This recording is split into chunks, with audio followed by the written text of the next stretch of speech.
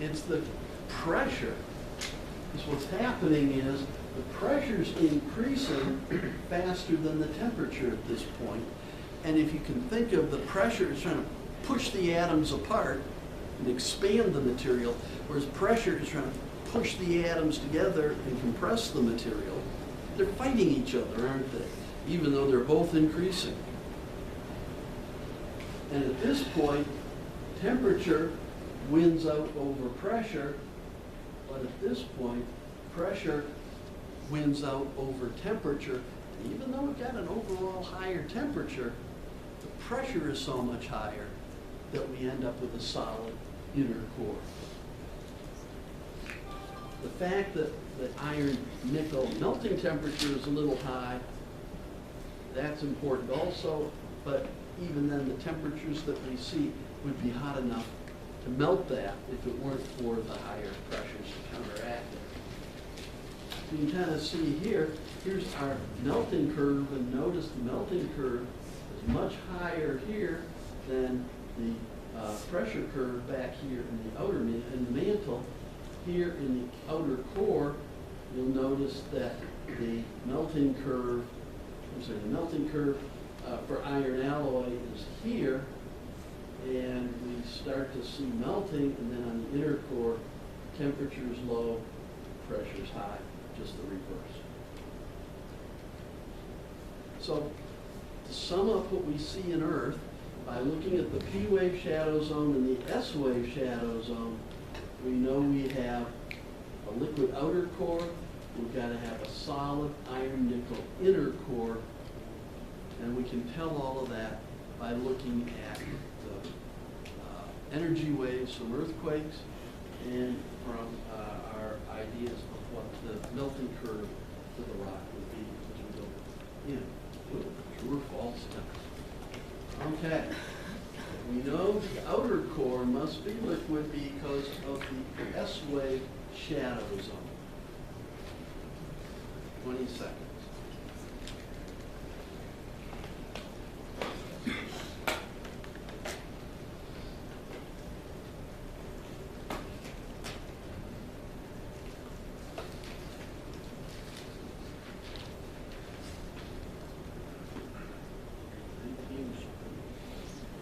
Okay. Everybody says, you betcha. Yeah, that's the big thing. That's the neat thing about S waves versus P waves. Is the S waves can't go through liquids, and that means the shadow zone just blocks them out, and nothing's going to be able to get through that core. Now, could S waves go through the inner core? They could if they could get there, right? I mean, it's solid, so S waves could go through the inner core. The problem is they can't get there because it's surrounded by liquid outer core.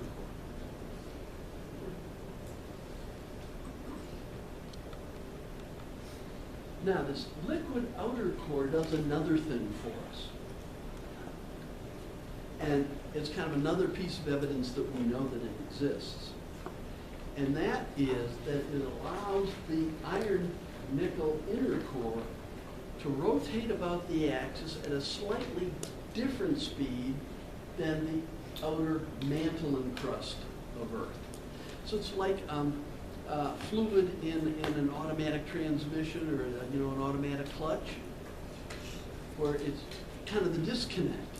So the drive from the engine's moving, and you've got the plate in the back attached to the drive shaft coming out, and at low speed, nothing's happening coming out because it just can't connect. You speed up the engine, and finally the fluid gets moving fast enough that it starts moving the disc to the end, to the drive wheels. So it's this disconnect, this way of the two parts of Earth, the inner core and the mantle, rotating at different velocity. So what? Who cares? Well, that's essentially a geodynamo. It's a fancy way of saying a generator. And that electric current that it generates now, pass that through an electric field, it becomes magnetic. So this is how we create a magnetic field on Earth. So we wouldn't have magnetics on Earth if it weren't for the fact that we could rotate that inner core, and it's got to be iron and nickel, so it's conductive. That's another part of the formula. Otherwise, it wouldn't be a dynamo.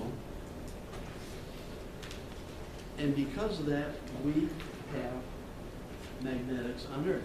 If you just take a bar magnet, a simple piece of metal with a north and a south pole to it, put a piece of glass on top of it and sprinkle some iron filings on the glass.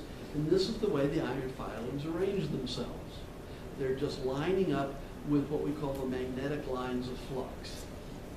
In other words, you can see the magnetic forces kind of moving out at one end of the bar, at one pole, coming around, and coming back into the bar at the other end. And just like a bar magnet works, the same thing's happening with Earth. You can see these lines of magnetic flux moving around, coming in one pole, going out the other. So if I had what we call a little dip needle, it's just a little magnetic needle, and it's going to point, it's going to line itself up, just like that iron filing, it's going to line itself up with the magnetic flux line.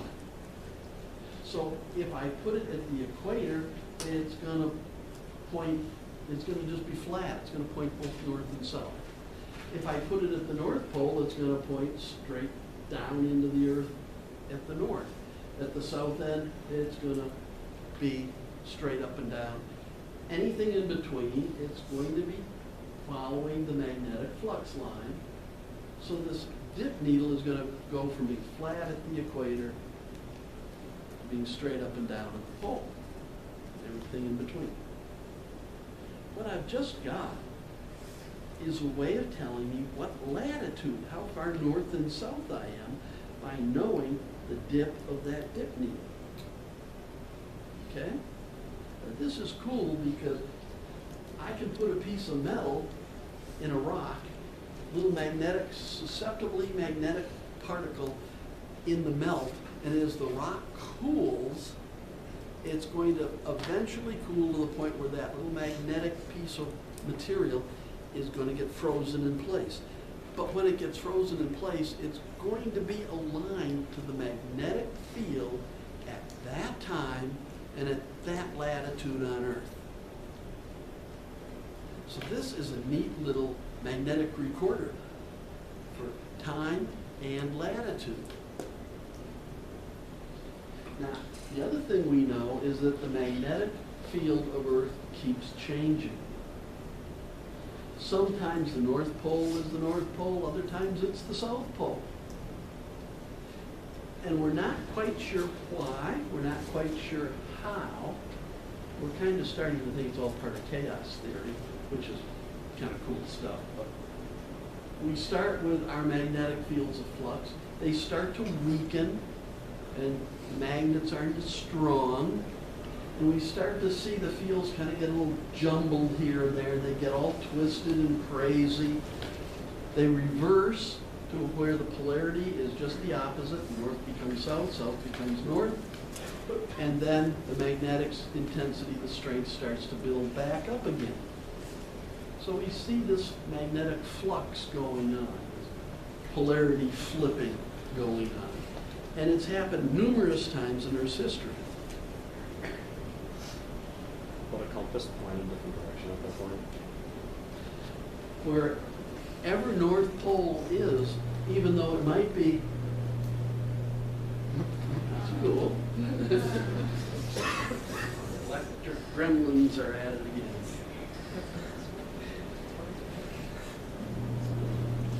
Actually, I hate somebody up in the booth up there in the back. I think that's our gremlin.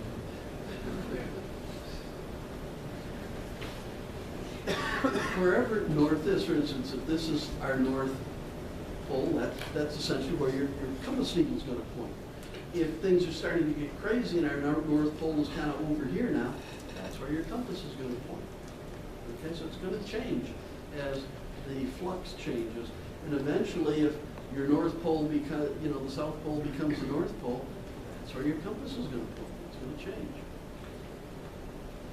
Well, what's neat is anytime we have a magma, a molten rock with magnetically susceptible little pieces of iron or whatever in it, and that rock cools down, that susceptible magnetic piece will be at that particular magnetic field at that time.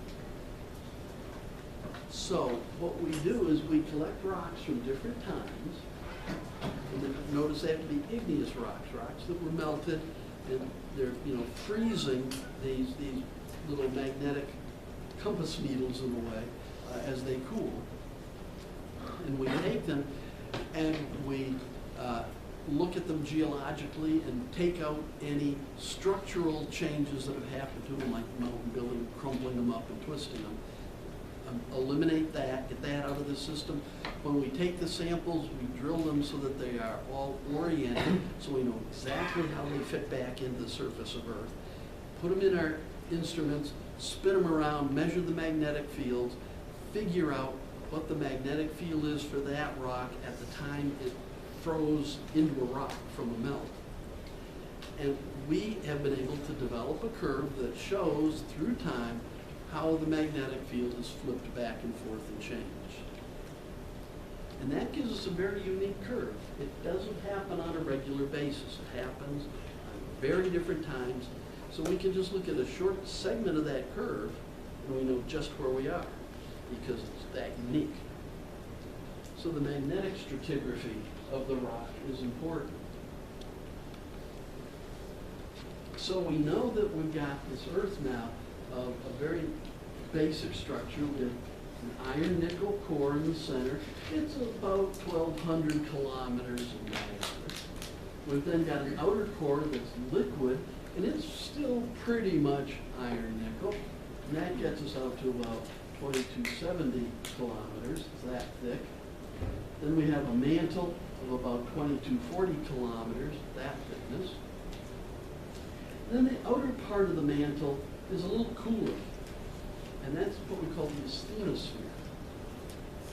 And then on that is the crust, and we have this crust, which is basically our outer asthenosphere, and then what we call the lithosphere. And our lithosphere is really pretty cold, cool, brittle crust. And in that, we also have granite floating high as continents, and basalts floating low as ocean floor. And all of this we can kind of figure out by looking at energy waves. Now the oil companies do this to figure out the structure of Earth near the surface, to look for traps for oil and gas. But they don't wait for earthquakes. They pump the energy into the system to do it. They have these big, huge trucks. And in the center of the truck, they'll have a pad, and they lower it down onto the ground and jack the truck up off the ground. So it's just sitting on this pad. And then they'll fire up the diesels, and the whole truck just shakes. Big, what they call a vibrator truck. And it just puts these sound waves, these vibration waves, into the earth. And they'll have like 7 or 8 of these things lined up, so they're putting a lot of vibration into the earth. And they can do them at set frequencies. They can measure, they have little instruments out there to measure the waves between the trucks and these instruments. And then they run it through all these fancy computer programs, and they can figure out what the structures are in the rock layers through that area. In other places, rather than using vibrator trucks, they'll drill a hole, they'll stuff it full of dynamite and set off the dynamite. That's your energy source. They don't use that as much anymore for a couple of reasons. One, it's expensive. It gives you better data. You can see things clearer. But the frequencies are harder to control, so it's harder to process on the computers. So it has some limitations. You can get more energy in the ground, you can get deeper, but it also blows a big hole in the ground. And from an environmental standpoint, not too many people want that. So they tend to avoid using dynamite whenever they can. Out in the ocean, what they do is the energy source is towed behind a boat. And there, it used to be that they had a string of recording instruments out behind the boat, and you throw over a stick of dynamite, boom, you know, it'd go off. The energy would go in the ground, come back up, they'd measure it, they could figure out the times on everything, and they could just keep moving the boat along as they did this. But those explosions are kind of hard on the fish.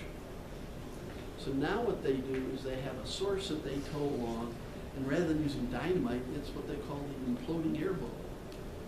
And they just have kind of a shell at the end of a compressed air line, and they kind of send this bubble of compressed air down, and it pops out of the end of the line, and the water pressure collapses the bubble, and it implodes, and that's the shock wave, that's the energy wave.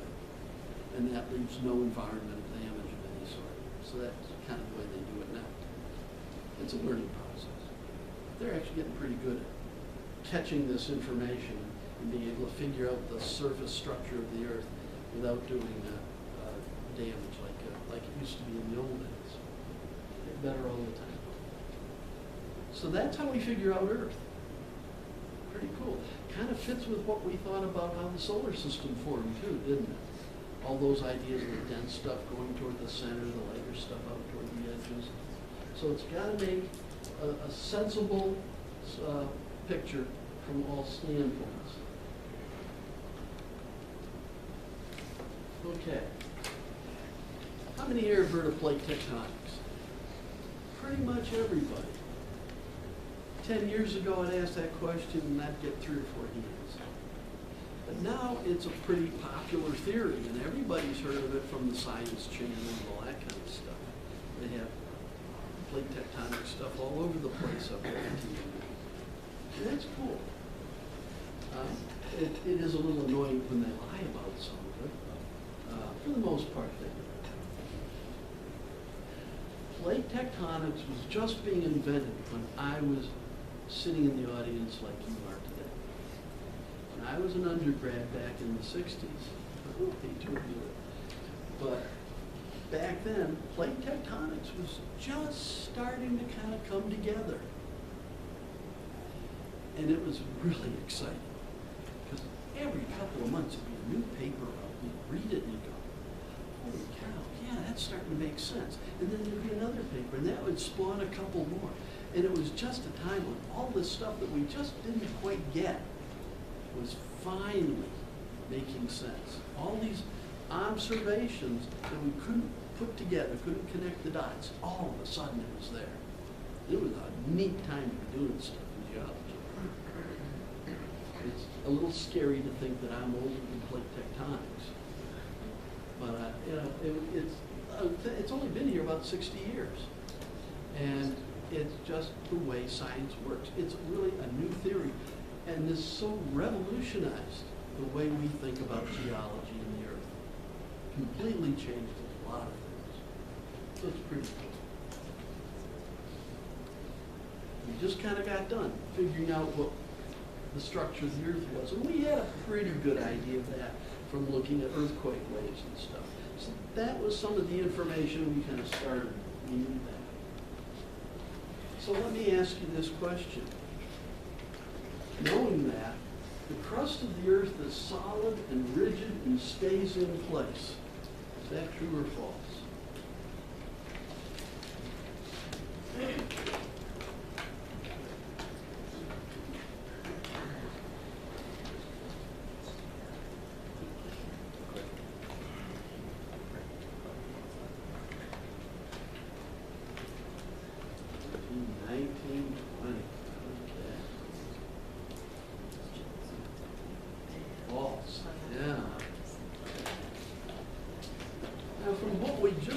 About presenting this idea, the crust being this outer light crustal material that was cold and rigid, that was kind of the framework we had about Earth, was that, yeah, the Earth's crust is solid, it stays in place, it's there.